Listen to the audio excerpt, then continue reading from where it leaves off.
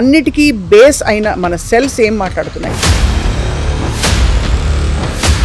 Mind బాడీకి అసలు connection ఉందని మీరు నమ్ముతారా సార్ న్యాచురోపతి విధానంలో? ఖచ్చితంగా సెల్ఫ్ హీలింగ్ కెపాసిటీ శరీరానికే ఉంది. మన శరీరాన్ని మించిన డాక్టర్ లేడు అని నేను ఎప్పుడు చెప్తూ ఉంటాను. లేట్ నైట్ పడుకుంటున్నారు, మిడ్ నైట్ బిర్యానీలు ఎక్కువైపోయినాయి. షిఫ్ట్లు చేసే వాళ్ళకి తప్పదు, కానీ మిగతా వాళ్ళకి 7-8 తినేసి పడుకోవడానికి ఏం మాయ రోగం? దీనివల్ల ఇన్సులిన్ రెసిస్టెన్సీ పెరిగిపోతుంది. డయాబెటిక్ అవడానికి చాలా స్ట్రెస్ వల్ల కూడా కార్టిజాల్ బాగా రిలీజ్ అవుతుంది బాడీలో అంటారు. దాన్ని కాంబాట్ చేయడానికి ఏమన్నా మనకి ట్రీట్మెంట్స్ టెక్నిక్స్ ఉంటాయా? సెల్ అంటే కణం అనేది ఎవరికి తెలియని కూడా తెలియదు. సెల్ అనగానే సెల్ ఫోన్ అనుకుంటున్నారు. అట్లా కాదు. Change your lifestyle. మీ చేతిలో ఉన్నది చేయకుండా దరిద్రాన్ని తెచ్చుకుని మళ్ళీ మా దగ్గరకు వచ్చి సరి చేయండి అంటే సరి చేస్తాం, కానీ మళ్ళీ అదే పని చేస్తారు కదా మీరు. ఇంట్లో మనం కామన్ గా చేసే తప్పులేంటి సార్? మెయిన్ తప్పు ఒకటే, ఆల్కహాల్ గురించి అడ్వర్టైజ్మెంట్ ఇవ్వద్దు అని ఎట్లా చెప్తున్నారు. ఈ చిప్స్, కురుకురేలు లాంటి వాటిని కూడా అంత బాడా సార్ అవి చిప్స్, కురుకురే అని విషం పెడుతున్నారు. ప్లస్ కక్కుర్తి, ఒకసారి వాడిన నూనె పారేయరు, మళ్ళీ దాన్ని.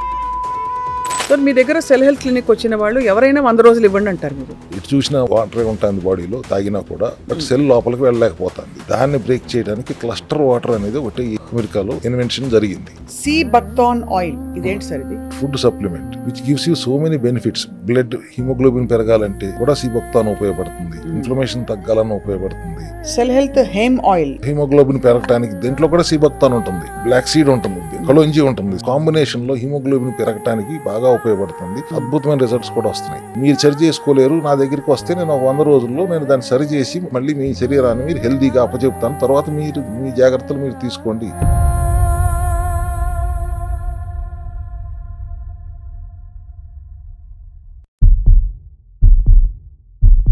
అందరికీ నమస్కారం. సుమన్ టీవీ ప్రత్యేక హెల్త్ సిరీస్ కి వెల్కమ్ బ్యాక్. ఇవాళ సెకండ్ ఎపిసోడ్ మాట్లాడబోతున్నాం. ఆధునిక వైద్య విధానం గురించి విమర్శ కాదు, కానీ కళ్ళు విడిగా, గుండె విడిగా, చెవులు విడిగా ఇలా ట్రీట్ చేసుకుంటూ వస్తున్నాం మనం. కానీ శరీరంతో కనెక్ట్ అయిన ఒక మనసు ఉంది, మెదడు ఉంది, వీటన్నిటినీ కలిపేదే మనిషి అని మర్చిపోతున్నాం చాలా సందర్భాల్లో అనిపిస్తుంటుంది.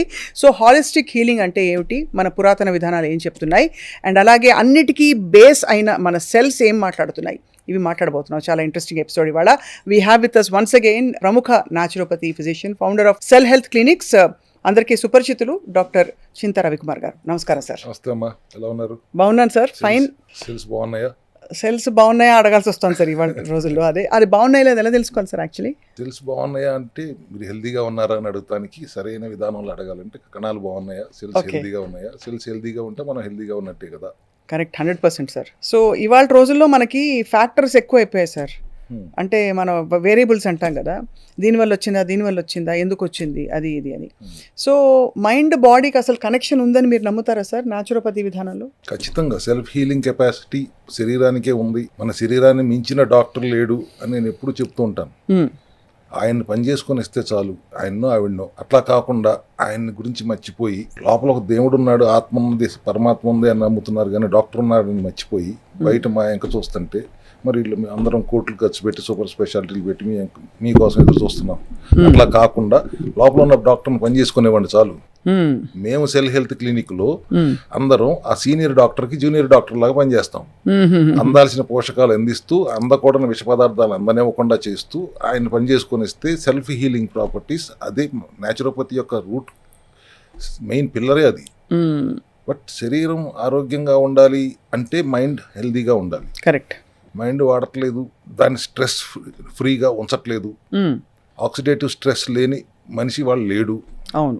లోపల ఫ్రీ రాడికల్స్తో నిరంతరం యుద్ధం చేస్తుంది. కరెక్ట్. దానికి కావాల్సిన యాంటీ ఆక్సిడెంట్స్ అందట్లేదు, వాటికి సపోర్ట్ సిస్టమ్ లేదు. స్ట్రెస్ లోనైనప్పుడు ఏమవుతుంది, అనవసరమైన స్ట్రెస్ ఎక్కువ తీసుకుంటున్నారు. Correct sir. లాస్ట్ టైం మీతో అన్నట్టు మ్యానుఫ్యాక్చరింగ్ డేట్ తెలియదు మనకి, ఎక్స్పైరీ డేట్ కూడా తెలియదు. కరెక్ట్. ఊహ తెలిసిన తర్వాత ఎవరో చెప్తే నీ బర్త్డే ఇది అంటే అప్పటి నుంచి మన బర్త్డే ఇది అంటాం. ఎక్స్పైరీ డేట్ తెలియదు, బార్ కోడ్ ఎక్కడ ఉంటుంది మనకు తెలియదు. తెలియని ఎక్స్పైరీ డేట్ని ఎక్స్టెండ్ చేయడానికి చేసే ప్రయత్నం మేము సెల్ హెల్త్లో చేస్తున్నాం. దానికి మీ అందరూ కూడా మీ కృషి మీరు కూడా సపోర్ట్ ఇవ్వాలి కదా. అట్లా ఇవ్వకుండా మీకు ఎంతసేపు సంపాదించడం మీద కుటుంబాన్ని చూసుకోవడం అన్ని అయ్యే ముఖ్యం, కానీ మీ ఆరోగ్యం ముఖ్యం కాదు. ఎప్పుడో జబ్బును పడిన తర్వాత వచ్చారే ముందే జాగ్రత్త పడితే బాగుండేదే అని అప్పుడు అనుకుంటారు. ప్రివెంటివ్ దిశగా ఆలోచించరు. తర్వాత మాత్రం లక్షలు ఖర్చు పెడతారు. ఆ జబ్బు తగ్గదు. మా దగ్గరికి వస్తే రూట్ కాజ్ అడ్రస్ చేస్తాం. 100 రోజులు కావాలి నాకు టైం అని అడుగుతాను. ఆ 100 రోజులు ఇచ్చే సమయం మీ దగ్గర ఉండదు. కాబట్టి మైండ్ బాడీ రెండింటిని ఇంటిగ్రేట్ చేస్తూ హోలిస్టిక్గా వెళ్తేనే పని అవుతుందండి. కరెక్ట్. శరీరం స్థూలమైతే మనస్సు సూక్ష్మం. ఆ మనసుని నడిపించే ఒక శక్తి లోపల ఉంది, అది అతి సూక్ష్మం. ఆ శక్తిని మనం అర్థం చేసుకుని ఆ శక్తి స్థితిలో ఉండటమే మనసుని రిలాక్స్ చేసుకోవటం. అది ఆధ్యాత్మికత. అంటే నేను మతం గురించి మాట్లాడలేదు. There is a power within which is driving our mind. అదే కదా, our mind is driving our body. అయినా సెల్స్ కి మతం ఏంటి సార్? మీరు అన్నట్టు అసలు మతం కులం గురించి కాదు. There is a power within, there is a god within. ఆ స్థితిలో మనం ఉంటే స్ట్రెస్ ఉండదు. ఖచ్చితంగా. కానీ అది ఎవరు ఉండట్లేదు. అందుకే మీరు ప్రాణాయామం చేయండి, కాన్సన్ట్రేషన్ చేయండి, యోగా చేయండి, కనీసం ఆ కాసేపు అయినా ఏమి ఆలోచించకుండా ఉంటారు అనే ఉద్దేశంతో చెప్తాం. కానీ అసలు మీరు ఆ శక్తి స్థితిలో ఉండగలిగితే అది విడిగా అక్కర్లేదు, ఇంకా అవసరం. అంతే కదా sir. That is how we can heal our mind. అంతే సార్. ఇప్పుడు ఇవాళ రోజుల్లో మరి ఈ హెల్త్ సంపాదించుకోవడానికి, ఈ లోపల డాక్టర్ని జాగృతం చేయడానికి ఎక్కువ గట్టిగా పరిగెట్టాల్సి వస్తుందంటారా? అంటే బికాస్ ఆఫ్ ద రకరకాల ఇన్ఫ్లుయెన్సెస్, వేగము, తర్వాత మనకి క్రమబద్ధీకరణ లేని జీవితం వల్ల సెడెంటరీ లైఫ్ స్టైల్ ఉండకూడదు. వాళ్ళందరూ లేట్ నైట్ పడుకుంటున్నారు, లేదు లేట్ నైట్ తింటున్నారు, మిడ్ నైట్ బిర్యానీలు ఎక్కువైపోయినాయి. మెలటోనిన్ అనే హార్మోన్ నిద్రకి ఉపకరిస్తుంది, హెల్ప్ చేస్తుంది. అది రాత్రిపూట సూర్యాస్తం అవ్వగానే యాక్టివ్గా ఉంటుంది. దాన్ని మీరు ప్యాసివ్ చేసేసి 2 3 తింటున్నారు. లెప్టిన్ అనే హార్మోన్ ఆకలిని చంపుతుంది, ఆకలి వేయకుండా చేస్తుంది అనుకోండి. దానిని మీరు యాక్టివేట్ చేస్తున్నారు. సో బయోలాజికల్ క్లాక్ ఉంటుంది, సర్కాడియం రిథమ్ అంటాం శరీరంలో. బయోలాజికల్ క్లాక్ ప్రకారం మనం జీవన విధానం ఉండాలి. టోటల్గా దాని రివర్స్లో ఉంటున్నారు కదా ఇప్పుడు. షిఫ్ట్లు చేసే వాళ్ళకి తప్పదు, కానీ మిగతా వాళ్ళకి 7 తినేసి పడుకోవటానికి ఏం మాయ రోగం? ఎందుకు అర్ధరాత్రులు అపరాత్రులు దాకా ఉంటున్నారు? అంటే ఏదో ప్రొడక్టివిటీ చాలా అవసరం. ప్రొడక్టివిటీ సెల్ ఫోన్ ప్రొడక్టివిటీయా? ఆ సెల్ ఫోన్ చూసుకుంటూ డిజిటల్ టైం ఎంత, స్క్రీన్ టైం ఎంత ఉంటుంది? దాంట్లో 5 పైసలైనా మనకు ఉపయోగం ఉంటుందా? విజ్ఞానం కోసం, వికాసం కోసం, లేకపోతే ఇంటరాక్షన్ కోసం వాడుకోవాల్సిన దాన్ని మీరు మిస్యూజ్ చేస్తున్నారు కదా. 90% ప్రాబ్లమ్స్ అన్నీ ఇవాళ ఈ సెల్ ఫోన్ వల్లనే వచ్చింది. సో అన్ని డైట్ల కంటే ముఖ్యమైన డైట్ డిజిటల్ డీటాక్స్ డైట్ చేయాలి అనేది నా ఉద్దేశం. సెల్ తీసి పక్కన పెట్టేస్తే మనకి క్రేవింగ్స్ తగ్గిపోతాయి, మేలుకోవడాలు తగ్గిపోతాయి. సెల్ గురించి ఆలోచించండి అంటే మీరు ఈ సెల్ గురించి ఆలోచిస్తున్నారే. Correct sir, correct. సెల్ అంటే కణం అనేది అసలు ఎవరికి తెలియని కూడా తెలియదు. సెల్ అనగానే సెల్ ఫోన్ అనుకుంటున్నారు, దాని మీదే బతికేస్తున్నారు. అట్లా కాదు. Change your lifestyle. మీ జీవన విధానం మార్చుకోండి. అవసరమైన మేర వాడుకోండి. అనవసరంగా మిస్యూటిలైజ్ చేయకండి. మీ జీవితంలో మీ ఆరోగ్యాన్ని చెడగొట్టుకోబాకండి. మీరు విస్తుపోయే నిజాలు ఏమన్నా తెలిసాయా సార్? అంటే ఈ మధ్య కాలంలో మీరు పేషెంట్లతో మాట్లాడుతుంటే చాలా మందితో మీరు ఆశ్చర్యపోయి ఇలా కూడా అవుతుందా అని, అంటే లేట్ నైట్ ఈటింగ్ వల్ల వచ్చిన సమస్యలు డైరెక్ట్గా తెలియడం, లేకపోతే ఎందుకంటే 2-3 స్కూల్స్ ఆఫ్ థాట్. గొప్ప వాళ్ళ చరిత్రలు మాట్లాడినప్పుడు వాళ్ళు 3 గంటలే నిద్రపోతారు, 4 గంటలే నిద్రపోతారు, అయినా వాళ్ళు ఇంత సాధించారు అని చెప్తారు. అప్పుడు ప్రొడక్టివ్గా ఉండడానికి చచ్చినట్టు మేల్కొని కూర్చుంటారు అందరూ, ఏదో పని చేసేసి ఏదో ఉద్ధరించేద్దామని. ఆ పడుకునే 5 గంటలు సర్కాడియం రిథం అనుగుణంగా పడుకోండి. అట్లా కాకుండా మీకు ఎప్పుడు కావాలంటే అప్పుడు పడుకుందాం అంటాం కరెక్ట్ కాదు. సెడెంటరీ లైఫ్ స్టైల్ వద్దన్నానంటే మీరు 3 తిని 4 పడుకుంటారు, 7 8 లెగుస్తారు, ఎక్సర్సైజ్ ఉండదు, లేచిన తర్వాత మళ్ళీ స్నానం చేసి తినాలి కాబట్టి మళ్ళీ తింటారు. దీనివల్ల ఇన్సులిన్ రెసిస్టెన్సీ పెరిగిపోతుంది. డయాబెటిక్ అవడానికి చాలా స్కోప్ ఎక్కువ ఉంటుంది. అయిపోతారు డయాబెటిక్ 90%. తినకూడని టైంలో తినటం అనేది మేజర్ ప్రాబ్లం ఇవాళ. అనవసరంగా అది కూడా పార్టీలకంటూ ఎప్పుడో నెలకోసారో 2 నెలకోసారో సరదాగా పార్టీకి వెళ్ళారంటే ఎవరిని టోటల్గా నిర్బంధించమని చెప్పట్లా. బట్ రోజు అదే పనిలో ఉంటున్నప్పుడు ఖచ్చితంగా your mind will never get that peace. స్ట్రెస్లోనే ఉంటుంది. సో ఆ స్ట్రెస్ వల్ల కూడా మనకి కార్టిజాల్ బాగా రిలీజ్ అవుతుంది బాడీలో అంటారు. దాన్ని కాంబాట్ చేయడానికి ఏమన్నా మనకి ట్రీట్మెంట్స్, టెక్నిక్స్ ఉంటాయా? ఎందుకు కాంబాట్ చేయాలి? మీరు అసలు ఎందుకు ఆ జీవన విధానంలోకి వెళ్తున్నారు? మీరు జీవనశైలి మార్పు చేసుకోండి. అదే ఉత్తమం. మీ చేతిలో ఉన్నది చేయకుండా దరిద్రాన్ని తెచ్చుకుని మళ్ళీ మా దగ్గరకు వచ్చి సరి చేయండి అంటే సరి చేస్తాం. 100 రోజులు సరి చేసి పంపిస్తాం. కానీ మళ్ళీ అదే పని చేస్తారు కదా మీరు. అవును. You have to change your life style compulsory. ఇవాళ ఆ దిశగా లేదు సమాజం. ఎన్ని గంటలకు నిద్ర లేవాలి? ఉదాహరణకి మీ దృష్టిలో ఒక ఐడియల్ డేలో ఎవరు ఎన్ని గంటలకు ఒక అడల్ట్, నార్మల్ ఫంక్షనింగ్ అడల్ట్ ఎన్ని గంటలకు నిద్ర లేవాలి, ఏ టైంకి తినాలి, ఒక యావరేజ్ గా ఒక తీసుకుంటే? 7 hours డీప్ స్లీప్ ఉండాలి అనేది ఖచ్చితంగా పెట్టుకోవాలి. 4 గంటలకి బ్రహ్మ ముహూర్తం అంటారు. అవును. లేవగలిగితే 4 గంటలకు లెగవాలంటే ఎన్నింటికి పడుకోవాలి? కనీసం 9-10. 9-10 పడుకోవాలి. అట్లా చేస్తే పొద్దున్నే లేచిన తర్వాత బ్రహ్మ ముహూర్తంలో నేను ఇందాక చెప్పిన మనలోనే ఉన్న ఆ శక్తిని మనం సంకల్పించుకుని ఆ శక్తి స్థితిలో కాసేపు మెడిటేషన్ చేస్తే your total lifespan lifestyle will change. మీ అనారోగ్యానికి బారిన పడటానికి అవకాశం చాలా చాలా తక్కువ ఉంటుంది. బట్ అసలు ఇదంతా సో చెప్తున్నాడు అనుకుంటారు కానీ వాళ్ళు ఎవరినో ఇవి పాటించేది అన్ని. అంటే ఇవాళ 10-11 పడుకునే వాళ్ళని కూడా పాతకాలపు బ్యాచ్ లాగా చూస్తారండి, చిన్న చూపు చూస్తారు. 10-11 o'clock నిద్రపోయే వాళ్ళంటే చిన్న చూపు చాలా మందికి.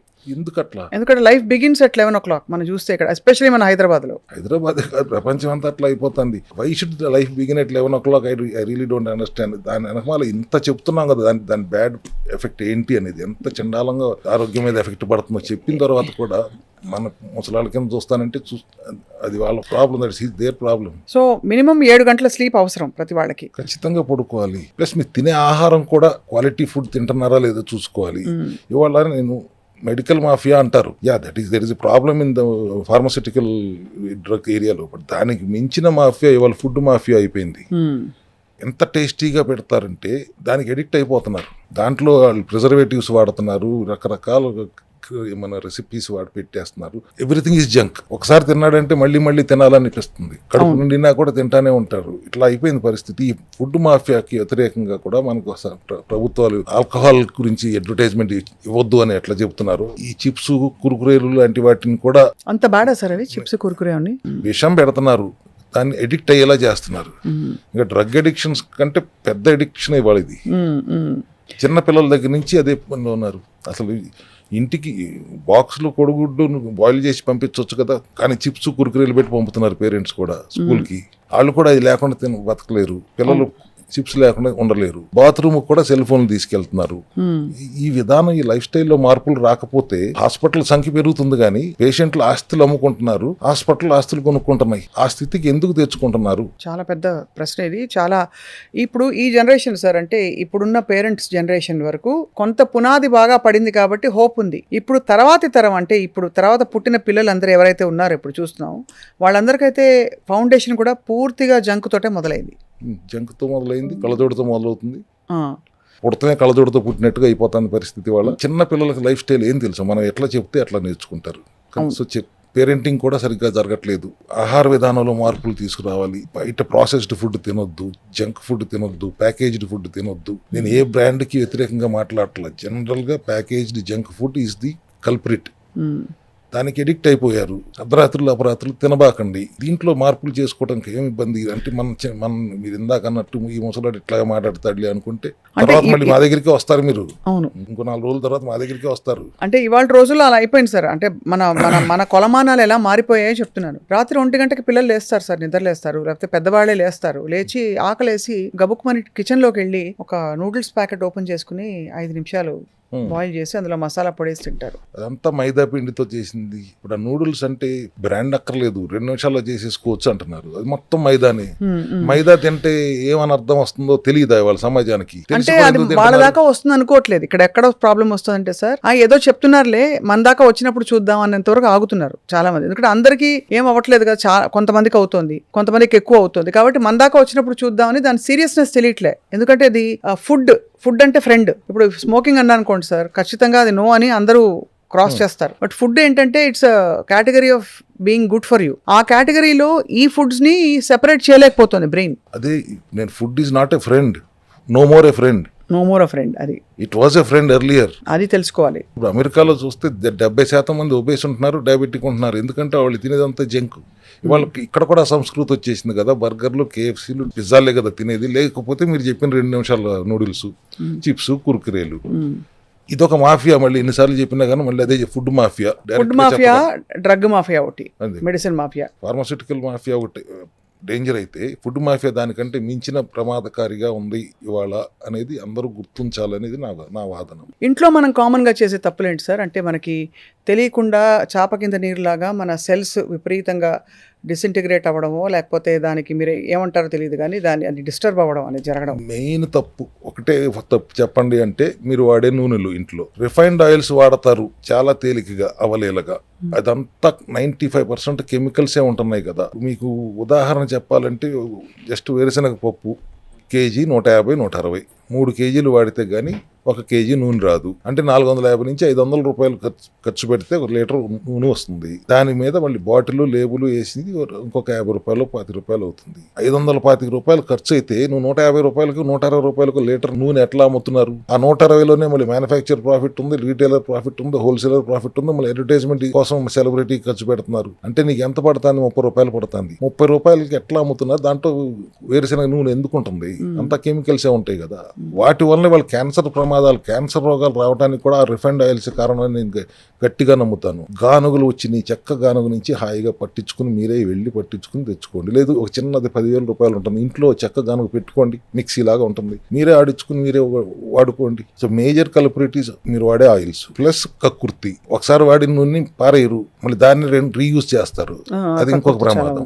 ఈ 2 తప్పుల వల్లనే మేజర్ ప్రాబ్లం అవుతుంది. ప్లస్ ఆహారాలు మీరు తీసుకునే కూరగాయలు ఆర్గానిక్ గా ఉండట్లేదు, నాన్ వెజ్ అయినా వాళ్ళు ఆర్గానిక్ గా లేదు. సార్ మీ దగ్గర సెల్ హెల్త్ క్లినిక్ వచ్చిన వాళ్ళు ఎవరైనా 100 రోజులు ఇవ్వండి అంటారు. మీరు 100 రోజులతో స్టార్ట్ చేయాలని. ఇప్పుడు 30-40 ఏళ్ళు బాడీని ఇలా అబ్యూస్ చేసుకుంటూ, లేదు తినకూడదని తినేసి పోషక లోపాలతో పెరిగి పెద్దవాళ్ళైన వాళ్ళకి 100 రోజుల్లో ఎలా సాధ్యం అవుతుంది ఇది రివర్స్ చేయడము, ఎలిమినేట్ చేయడము?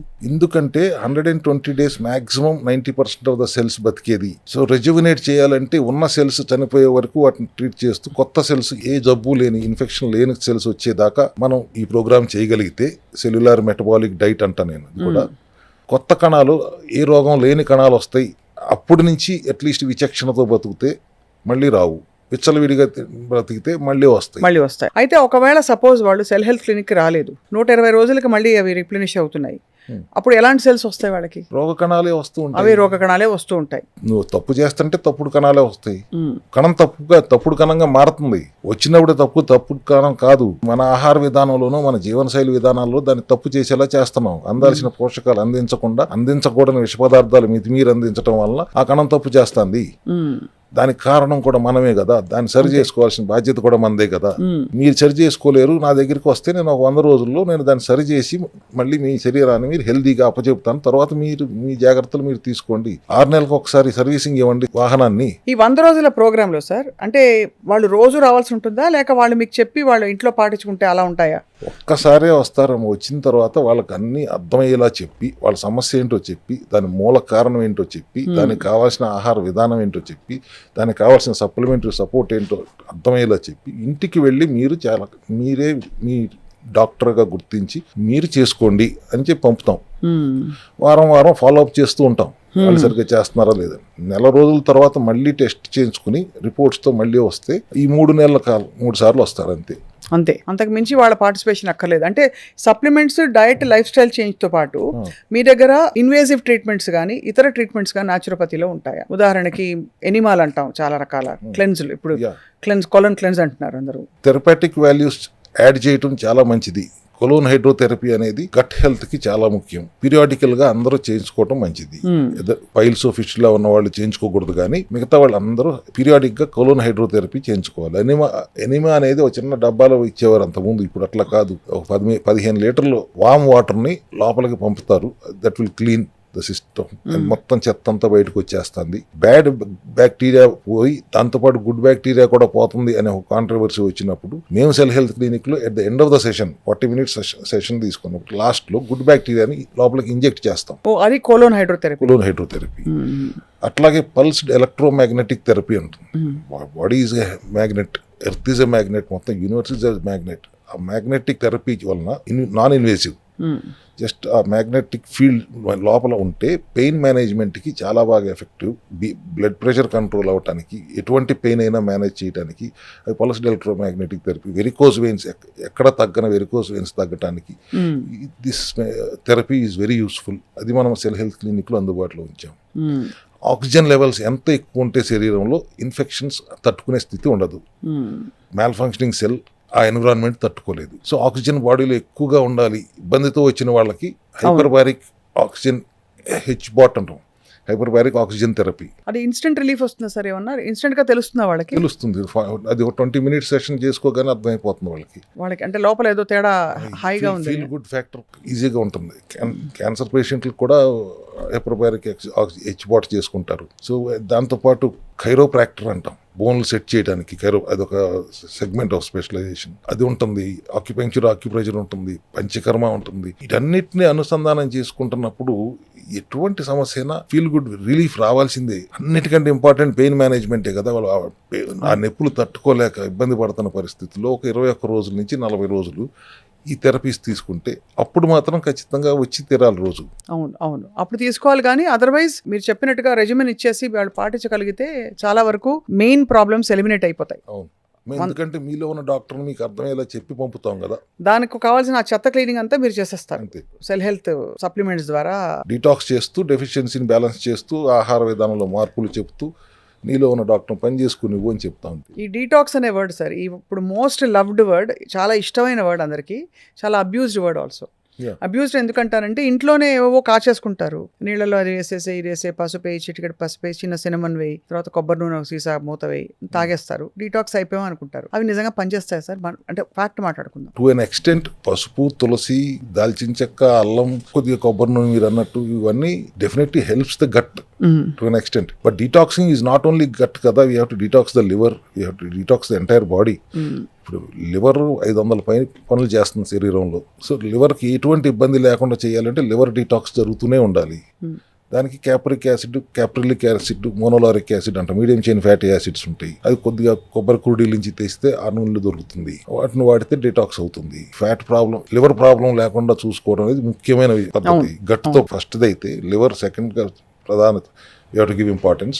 అండ్ దెన్ గట్ బ్రెయిన్ యాక్సెస్లో ఎక్కడ బ్లాకులు లేకుండా చూసుకోవాలి. అది ఎలా చూస్తారు? గట్ హెల్త్ ఇంప్రూవ్ అయితే బ్రెయిన్లో ఇన్ఫ్లమేషన్ లేకుండా చూసుకుంటానికి omega-3 ఫ్యాటీ యాసిడ్స్ వాడుకుంటాము. బ్రెయిన్లో ఇన్ఫ్లమేషన్ అన్నారు, అది చాలా ఇంపార్టెంట్ ఫ్యాక్టర్ సార్. బ్రెయిన్లో ఇన్ఫ్లమేషన్ ఉండడానికి ఏంటి మనకి సైన్స్ అండ్ సిమ్టమ్స్? క్లాట్స్ ఉన్నాయా లేవా అనేది ఎంఆర్ఐలో తెలుస్తాయి. అదొకే. But important is brain inflammation వస్తానికి కారణం ఏది అనేది తెలుసుకున్నప్పుడు ముందు అసలు రాకుండా చేయాలంటే ఏంటి. So we need lots of MCTs, medium chain fatty acids అవసరం. అది మేము పుష్కలంగా అందేలా చేస్తాం. omega-3 కానివ్వండి, కొబ్బరి నూనె కానివ్వండి, which will help. And once gut is our second brain. అవును. సో గట్ హెల్దీగా ఉంటే గట్ బ్రెయిన్ యాక్సెస్ హెల్దీగా ఉంటుంది. గట్ బ్రెయిన్ యాక్సెస్ హెల్దీగా ఉందంటే లివర్ ఫంక్షనింగ్ పర్ఫెక్ట్గా ఉంటుంది. అట్లా ఎవ్రీథింగ్ ఈజ్ ఇంటర్ కనెక్టెడ్ కదా. ఒక శరీరం అనగానే ఇప్పుడు 25 లక్షల కోట్ల కణాలు అంటున్నాను. అవును. మరి అన్ని కణాలని అర్థం చేసుకుని ఆ మెకానిజం అర్థం చేసుకోవాలంటే ఇండివిజువల్గా ఒక్కొక్క ఆర్గన్ చేస్తే కుదరదు కదా. You have to do a holistic integrated approach. అంతే కదా సార్. చాలా ఇట్స్ వెరీ ఫ్యాసినేటింగ్ సార్ ఈ సైన్స్. అండ్ అసలు పొటెన్షియల్ ఎంత బాగుంటుందో అని ఊహించుకుంటేనే అద్భుతంగా అనిపిస్తుంది.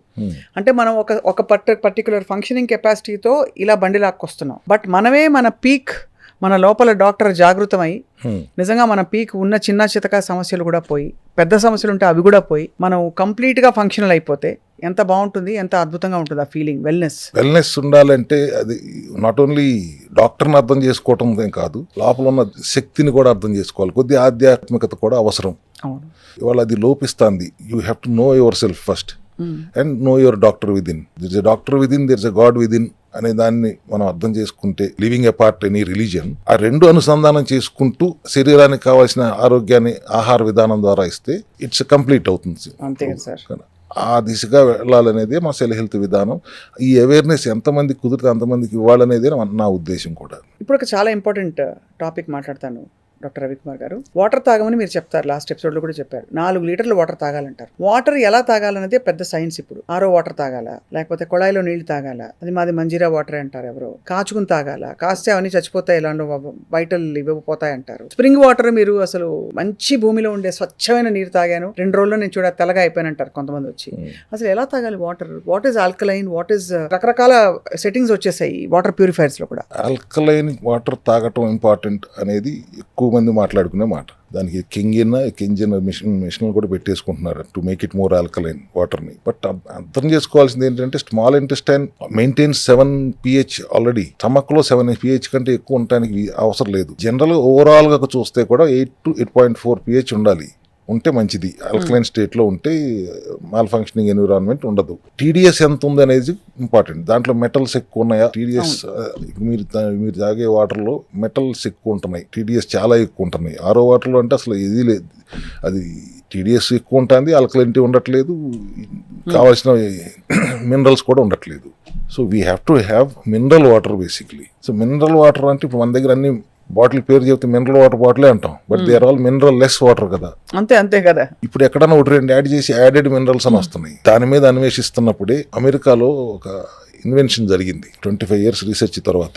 17 oxygen NMR అంటారు, అదొక ప్రాసెస్ టెక్నాలజీ. దాన్ని ఎవరు మార్చలేరు.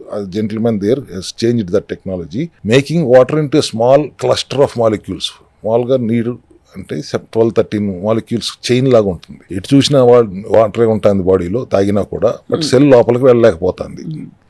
దాన్ని బ్రేక్ చేయడానికి క్లస్టర్ వాటర్ అనేది ఒకటి అమెరికాలో ఇన్వెన్షన్ జరిగింది. It has been approved by FDA also. Patents కూడా అప్పట్లో 3-4 పేటెంట్స్ కూడా వచ్చినాయి దానికి. అదేంటి, హెక్సాగనల్ షేప్ లో సెల్ లోకి పెనట్రేట్ అయ్యే లక్షణం దానికి ఉంటుంది cluster water, which is again alkaline and minerals. TDS also 140-160. అప్పుడు మీరు 4 లీటర్ల నీళ్ళు తాగక్కర్లా. ఇట్స్ గెటింగ్, ఆ ప్రాసెస్ ఎప్పుడైతే టెక్నాలజీ మార్చారో ఇట్ ఈస్ 3x హైడ్రేషన్ వస్తుంది. 1 లీటర్ తాగితే 3 లీటర్లు 3.5 లీటర్ల హైడ్రేషన్ సరిపడా వస్తుంది. So you can drink 1.5 litre or 2 liters per day is enough. So we bought that technology for into India and named it as cell health aqua. Cell health ఇదేనా sir? అదేనమ్మా. అది 1 litre తాగితే మీరు 3 లీటర్లు తాగినంత hydration వస్తుంది. 8.2 pH ఉంటుంది, 140-150 TDS ఉంటుంది. And it is penetrating in to the cell and it can carry the nutrition and it can detox the cell. ఇప్పుడు ఇది నేను ఒక 3 రోజులు క్రమం తప్పకుండా తాగానుకోండి, ఓ వారం రోజులు, నాకేం డిఫరెన్స్ తెలుస్తుంది? మీరు 2 లీటర్లు కంటే ఎక్కువ ఇది తాగలేరు కూడా. తాగుదాం అనుకున్నా కూడా it and you'll feel so energetic. బేసిక్గా హైడ్రేటెడ్గా ఉంటారు, వెరీ ఎనర్జెటిక్గా ఉంటారు, హైడ్రేటెడ్గా ఉంటారు. You very feel good factor కూడా మీకు అర్థమవుతుంది. మీరు ఒక వారం రోజులు మీకు పంపిస్తాను, ఒక వారం రోజులు తాగి చూడండి, రోజుకు 2 లీటర్లు తాగండి. ఓ వారం తర్వాత మీరే చెప్పండి ఎట్లా ఉందో, హౌ యూఆర్ ఫీలింగ్. అమేజింగ్ అసలు. సో దీనిది అవేర్నెస్ పెంచాలి. ఇది అవేర్నెస్ పెంచాలంటే పెద్ద హీరోలను సెలబ్రిటీలను తీసుకొచ్చి పెట్టాలి.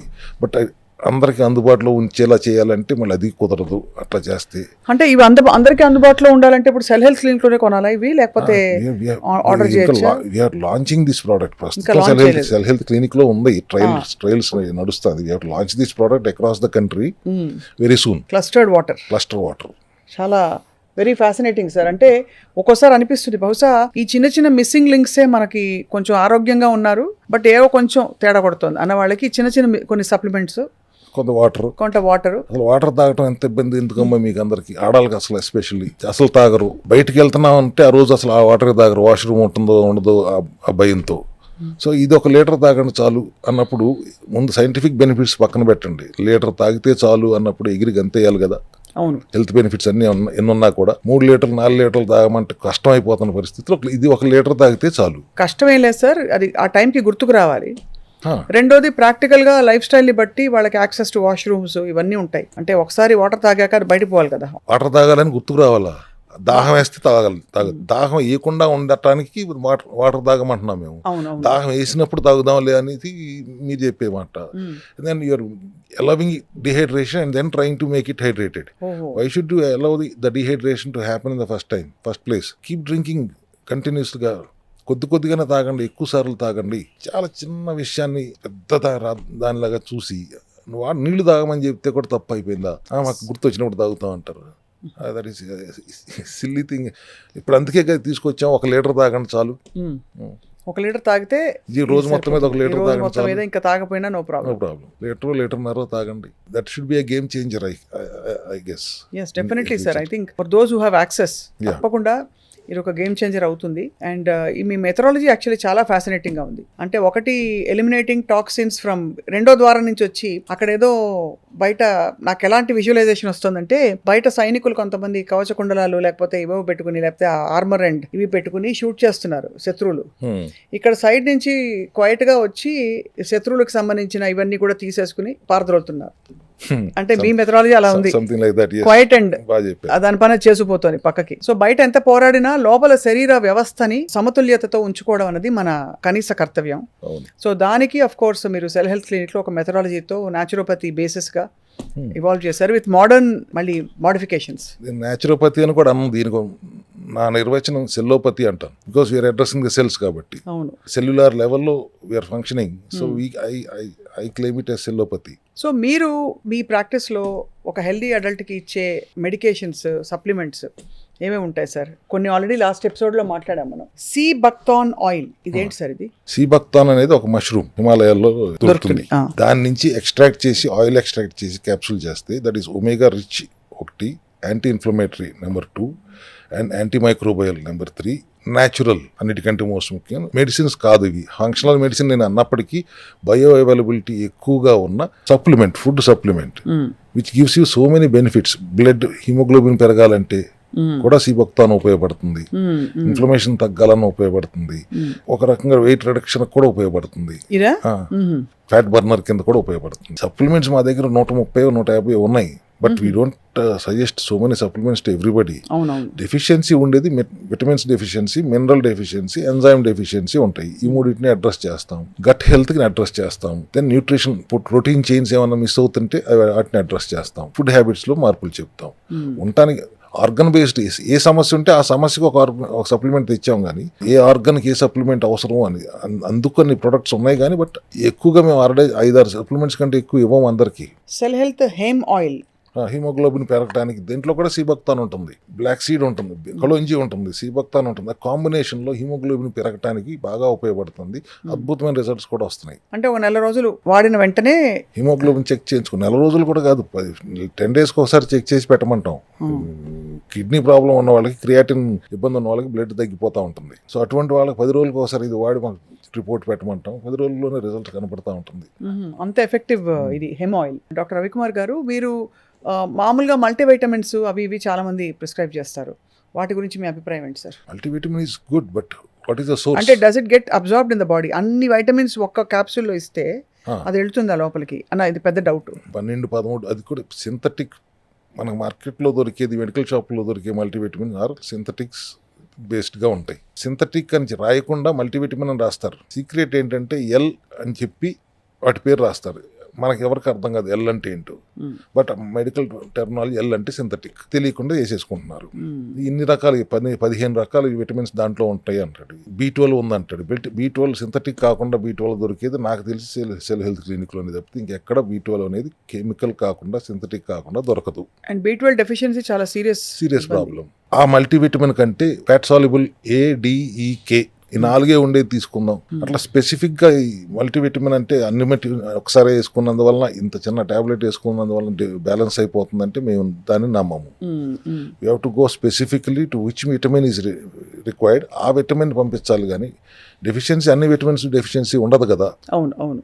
So few vitamin deficiencies are there, like D3 deficiency is there, vitamin A deficiency, E deficiency ఉంటుంది, K deficiency ఉంటుంది, B12 deficiency ఉంటుంది. వీటిని అడ్రస్ చేస్తే సరిపోతుంది. బట్ అండ్ దట్ టు న్యాచురల్గా వచ్చే సప్లిమెంట్సే ఇవ్వాలి, విటమిన్సే ఇవ్వాలి. టెర్మినల్ ఇష్యూస్తో పోరాడే వాళ్ళకి ఫ్రీ రాడికల్స్ బాడీలో ఎక్కువగా ఉంటాయి కాబట్టి వాళ్ళకి యాంటీ ఆక్సిడెంట్స్, దాంతో పోరాడగలిగే సత్తా ఉండే లోపల ఒక ఆర్మర్ తయారు చేయాలని యాంటీ ఆక్సిడెంట్స్ అంటారు కదా సార్. యాంటీ ఆక్సిడెంట్స్ మనకి కామన్గా ఫుడ్లో వచ్చేవేమిటి? మీరు అడిషనల్గా ఏం సప్లిమెంట్స్? మెగ్నీషియం రిచ్ ఫుడ్ తీసుకుంటే చాలా వరకు ఉపయోగపడుతుంది. Magnesium is mother mineral. ఇప్పుడు నిద్ర రాకపోతే పూసుకోమని చెప్తారు అందరూ. నిద్ర అది లేకపోతే చాలా అనర్థాలకు దారితీస్తుంది.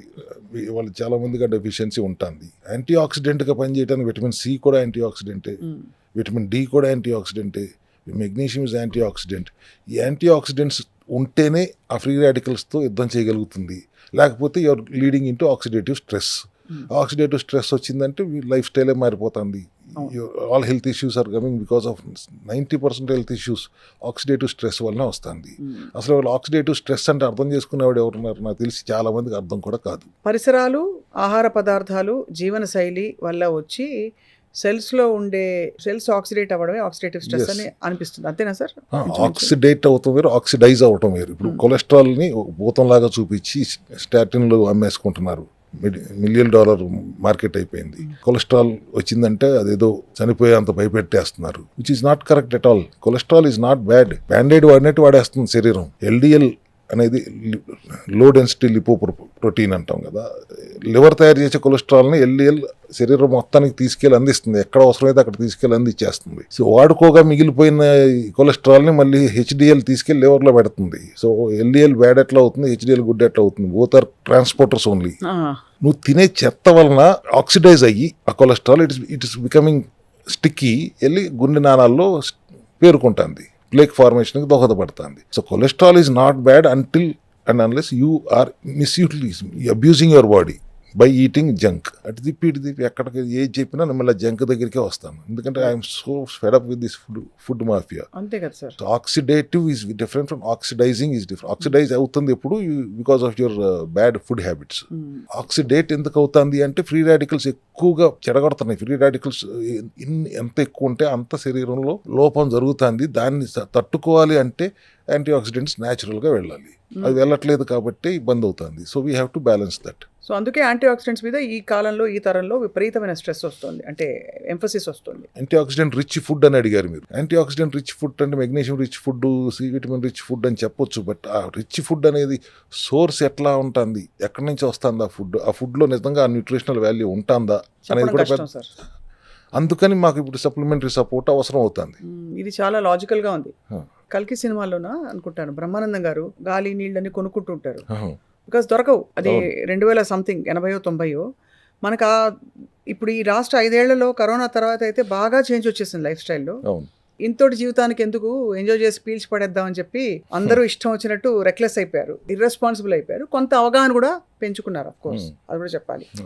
సో ఇప్పుడు మీరు అన్నట్టు మనకి సోర్సెస్లో వచ్చే మినరల్స్ అబ్జార్బ్ కాకపోవడము, అవైలబిలిటీ లేకపోవడం వల్ల ఇప్పుడు మనం we're having to supplement our daily life and fight harder to have a healthy life. Supplements source of raw material కూడా, ఈ సప్లిమెంట్ రా మెటీరియల్ సోర్స్ కూడా ఐడెంటిఫై చేయడం కూడా చాలా ముఖ్యం. పండించిన హర్బ్స్ నుంచి, పండించిన వెజిటబుల్స్ నుంచి మనం ఎక్స్ట్రాక్ట్ చేస్తే ఆ బయో అవైలబిలిటీ ఉండదు, దాంట్లో ఆ న్యూట్రిషనల్ వాల్యూ ఉండదు. న్యాచురల్గా అడవిల్లోనో కొండల మీద పండిని, లేకపోతే హిమాలయాల్లోనో న్యాచురల్గా వచ్చిన వాటిని తీసుకుని వాటి నుంచి ఎక్స్ట్రాక్ట్ చేస్తేనే మనకు రిజల్ట్ వస్తుంది. కానీ వ్యవసాయం చేసింది అంటే వాళ్ళు today agriculture has become polluted. అంతకుముందు మళ్ళీ ఎవరు పేడ వేసి పెంచట్లా, పురుగుల మందులు వేసి పెంచుతున్నారు, అన్ని జెనెటికలీ మోడిఫైడ్. ఆ source of raw material also is very important. మన దగ్గర ఆ సోర్స్ పర్ఫెక్ట్ గా ఉంటుంది కాబట్టి we get this kind of results. మీరు ఎలా sir, how do you source? either buy it from the tribals, from the forest, or from Himalayas, north east. కాబట్టి మీకు ఆ ప్యూర్ సోర్స్ ఉంది కాబట్టి ఇది చిన్న మోతాదులో తీసుకున్నా కంప్లీట్ గా అది అబ్జర్వ్ అవుతుంది. అబ్జర్వ్ అవ్వటానికి మళ్ళీ టెక్నాలజీ వాడతాం. ఇందాక మీకు చెప్పిన ఫైటోజోమా, లైపోజోమలా, నానో టెక్నాలజీ, ఏదైనా ఇమీడియట్ గా బ్రేక్ డౌన్ అయిపోయి బాడీలో పనిచేయటం మొదలు పెట్టాలి. అది ఆ టెక్నాలజీ మా దగ్గర ఉంది కాబట్టి మనకి నేను వాళ్ళ ధైర్యంగా ఫంక్షనల్ మెడిసిన్ అని అనగలుగుతున్నాను. ఇట్స్ అ వెరీ వెరీ, మళ్ళీ చెప్తున్నాను sir, very unique way of looking at ill health and disease versus complete wellness.